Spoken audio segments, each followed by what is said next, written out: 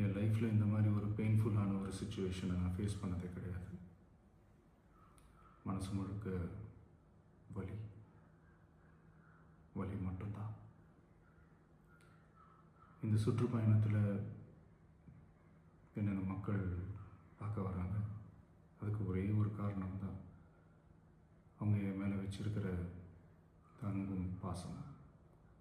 அந்த அன்புக்கும் பாசத்துக்கும் நான் எப்பவும் கடமைப்பட்டிருக்கிறேன். அதனால தான் இந்த சுற்றுப்பயணத்தில் மற்ற எல்லா விஷயங்களையும் தாண்டி மக்களுடைய சேஃப்டி, அதில் எந்த காம்ப்ரமைஸும் பண்ணிடக்கூடாதுன்றதுக்காக தான் அது என் மனசில் ரொம்ப ஆழமாக இருக்கும் அந்த எண்ணம். அதனால தான் இந்த அரசியல் காரணங்கள் எல்லாத்தையும் தவிர்த்துட்டு ஒதுக்கி வச்சுட்டு மக்களுடைய சேஃப்டி மட்டும் மைண்டில் வச்சுக்கிட்டு அதுக்கான இடங்களை சூஸ் பண்ணுறது, அதுக்கான இடங்களை பார்த்து பர்மிஷன் கேட்குறது, போலீஸ் டிபார்ட்மெண்ட்டில் அதை ரிக்வெஸ்ட் பண்ணி கேட்போம்.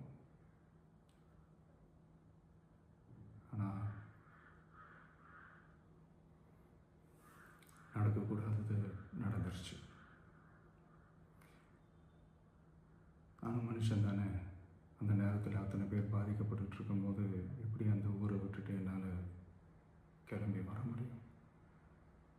நான் திரும்ப அங்கே போகணும்னு இருந்துச்சுன்னா அதை ஒரு காரணம் காட்டி அங்கே வேறு சில பதட்டமான சுச்சுவேஷன்ஸ், வேறு சில அசம்பாவிதங்கள், அந்த மாதிரி எதுவும் நடந்துடக்கூடாதுன்றதுக்காக தான் நாங்கள் அவாய்ட் பண்ணோம். இந்த நேரத்தில் சொந்தங்களை இழந்து தவிக்கிற அத்தனை குடும்பங்களுக்கும் என்னுடைய ஆழ்ந்த இரங்கலை தெரிவிச்சுக்கிறேன். எனக்கு தெரியும், என்ன சொன்னாலும் இது ஈடேயாகாதுன்னு எனக்கு தெரியும்.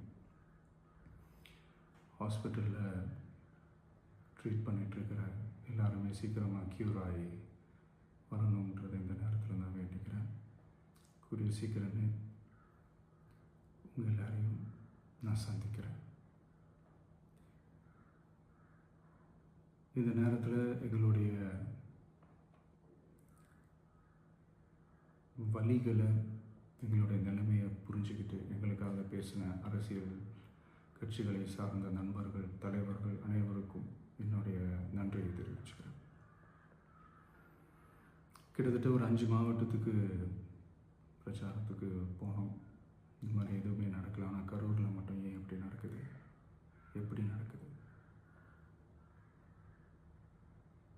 மக்களுக்கு எல்லா உண்மையும் தெரியும். மக்கள் எல்லாத்தையும் பார்த்துக்கிட்டு இருக்கிறாங்க. கரூரை சேர்ந்த அந்த மக்கள் அந்த உண்மையெல்லாம் வெளியில் சொல்லும்போது எனக்கு கடவுளே நேரில் வந்து இறங்கி அந்த உண்மைகள்லாம் சொல்கிற மாதிரி எனக்கு தோணுச்சு. சீக்கிரமே எல்லா உண்மைகளும் வெளியில் வரும்.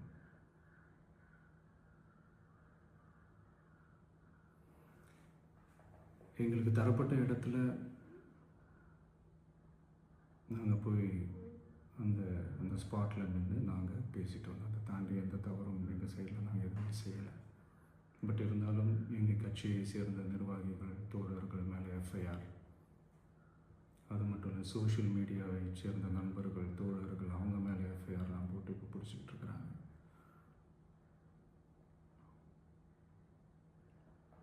சிஎம் சார், உங்களுக்கு ஏதாவது இந்த பழி வாங்கணும் அப்படின்ற எண்ணம் ஏதாவது இருந்துச்சுன்னா என்ன வேணாலும் பண்ணுங்க. அவங்க மேலே கை வைக்காதீங்க. நான் ஒன்று வீட்டில் இருப்பேன், இல்லை நான் ஆஃபீஸில் இருப்பேன். என்ன வேணாலும் செய்யுங்க. நண்பர்களே, தோழர்களே, நம்மளோட அரசியல் பயணம் இன்னும் ஸ்ட்ராங்காக, இன்னும் தைரியத்தோட கண்டினியூ ஆகும்.